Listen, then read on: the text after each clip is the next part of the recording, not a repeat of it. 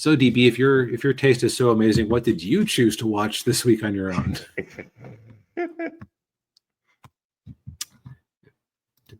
What's the saying? Don't kill the cringe, kill the part of you that cringes. Okay, so this is the Uma Musume OVA Road to the Top, which I'll just say in advance is available for free on YouTube, because I think that they just animated this specifically to put up on YouTube to try to draw people into the gacha game, which is the real moneymaker. Yes. It's a 4-episode OVA. Did I say the title, the full title? I don't know. I'll say it again, just to be better twice than 0 times. Yeah. Uma Musume, Pretty Derby, Road to the Top. And if you just look for a Road to the Top on YouTube, there are all 4 episodes for you. Yeah. All right. So, Uma Musume, if you didn't catch my last review, which the analytics say you didn't, that honestly wasn't my best review. I was very sleep deprived, and I, like, among other things, I forgot to mention the overall premise of it, which is basically they take historical racehorses and turn them into anime girls. Which means that for the storylines, they quite often they'll quite often adapt the real racing careers of these horses. Although they will do things like a couple of racers who broke a leg and died on the track or had to be euthanized. They gave them mercy and let them keep coming back. Because this show doesn't. The show is very much hyper focused on athletic competition and feelings of inadequacy around that, and wanting to do your best. So actually watching Rice Shower die on the track would not have actually like. I don't think I think the fans would revolt if they tried that. Yeah. Ninja says, sorry, this franchise is the reason why I had to watch War of the Worlds 2025 so that Changus would watch Freerun. Wait. So that was your exchange as you watched like you imagine them letting this cute little thing die. Yeah. The fans would revolt. Oh yeah. Okay, so what is this show about? So this is since it's only 4 episodes, it's a very specific slice of horse racing history, where you had this 3-way rivalry between, from right to left here, TM Opera O, Narita Top Road, and Admire Vega. And they were in a series of, it's like I believe they call this is the Triple Crown race, where it's like these 3 key races, and they were just slugging it out for first, second, and third in these. So yeah, like the Kentucky Derby and Belmont, and what was the other Preakness, I think is what we have here. So it's kind of like that. Yeah, it's like these, and it's also it's part of their classics, which basically means that the horse is only allowed to race in that race during their initial year. So it's like you only get one shot at these titles, which ramps up the pressure a bit, which each of them responds to in their own way. And the best way I have to describe this is you have a theater kid, an emo, and a cheerleader in a sports competition. And I'll say 2 of the 3 have complex characters, and one of them is TM Opera O. TM Opera O is, however, my favorite character, because she is a completely delusional blowhard. Like she has this interesting aura of toxic positivity around her. Like just how great everything is. Like how great she is, and she doesn't ever get mad when things go wrong. Like if she loses a race, she doesn't start raging out and blaming everyone but her. Like, she's not a Napoleon. She's I actually kind of, but like she, like a scene in the show that kind of exemplifies it is she has this other horse character whose name I'm forgetting off the top of my head, who's kind of her lackey, The lackey brings her soda, drops the soda, catches it, but it gets all shaken up. She opens it up, gets it splashed all over her face. And instead of getting angry, her basic response is, well, how could the soda can fail to burst in my amazing presence?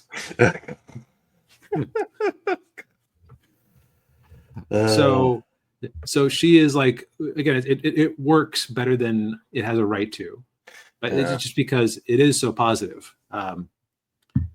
Admire Vega here, on the other hand, is proof that there are no therapists in Japan. Because there's some truth to that, yeah. And especially not in anime. Yeah. Because I think that if you decide to watch this, finding out what her personal issue is interesting. But basically, it is a problem that she has created entirely in her head. And so it's kind of compelling to see how she deals with that without ever actually talking to anybody or asking for help. Meanwhile, I'll say the main character is Narita Top Road here. She is a bit less interesting than Admire Vega, just because her character arc is that she feels like everybody expects great things from her, and she keeps just barely missing. I think that it's kind of implied that her coach is getting towards the end of his career, and he's never had a racer actually win one of these Triple Crown races, so she feels like she's letting him down. She's like letting down all of her family and friends, and so it's just her learning to deal with failure. And as always, there's lots of. I would say this is not where you would want to start the series, because they throw in a lot of cameos and references to other shows in this universe that like wouldn't mean anything to you.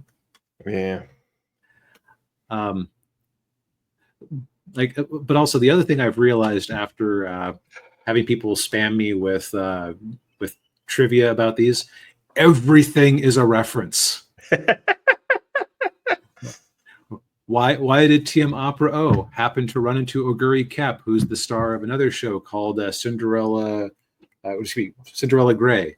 Well, it's because Oguri Cap was a horse who wasn't allowed to compete in the Triple Crown, but they changed the rules so he could. By the way, the horses are often male in real life because, most really successful racehorses are male. Yeah. But they changed the rules so he could compete, which also is what allowed Opera O to compete later on. So them happening to have breakfast together or lunch together is a fifth dimensional reference to that fact. It's like it is like some sort of turbo nerdery for a subject I know nothing about. As an actual show, kind of like what you were thinking with Cyberpunk, I kind of wish there was maybe one or two more episodes to flesh a couple things out. Yeah. But since it was hyper focused on just this period of racing, I think that you can get away with it. Because since it is just focused on these three particular races, you don't necessarily want to have too many episodes without one of these key races in them. Yeah. So, yeah, I think they did a pretty good job of adapting it. I would say if this series sounds at all interesting, I would stick with I would get started with the main series, or if you have Amazon Prime, Cinderella Gray is also a decent start. Mm. But I would say season 1 of the primary series does the best job of easing you into the world and like letting you understand what all this silliness is about. Yeah. Okay. Yeah, it's just basically a good sports show that just happens to have ridiculous levels of references to real life sports. And then Ninja says Neon Genesis, Evangelion, and Berserk are the best examples of Japan not having therapists. Yeah. To be fair, Berserk is an example of medieval Europe not having therapists, which is fair because they didn't. The closest you had to that was confession with a priest. Yes. And Evangelion. Yeah, I mean everybody on that show's got issues. Yes. Yeah. The other thing I found out is that the reason why Team Opera O doesn't get her own movie or her own TV show, I should say, is that the actual racehorse. So like the racehorse had a good first year, but in the third year was overtaken by others, which is why there's a movie that hasn't hit the States yet that shows the downfall of Opera O. And then, but like the horse's second year, undefeated. That would get boring real quick. Yeah, that would. Yeah.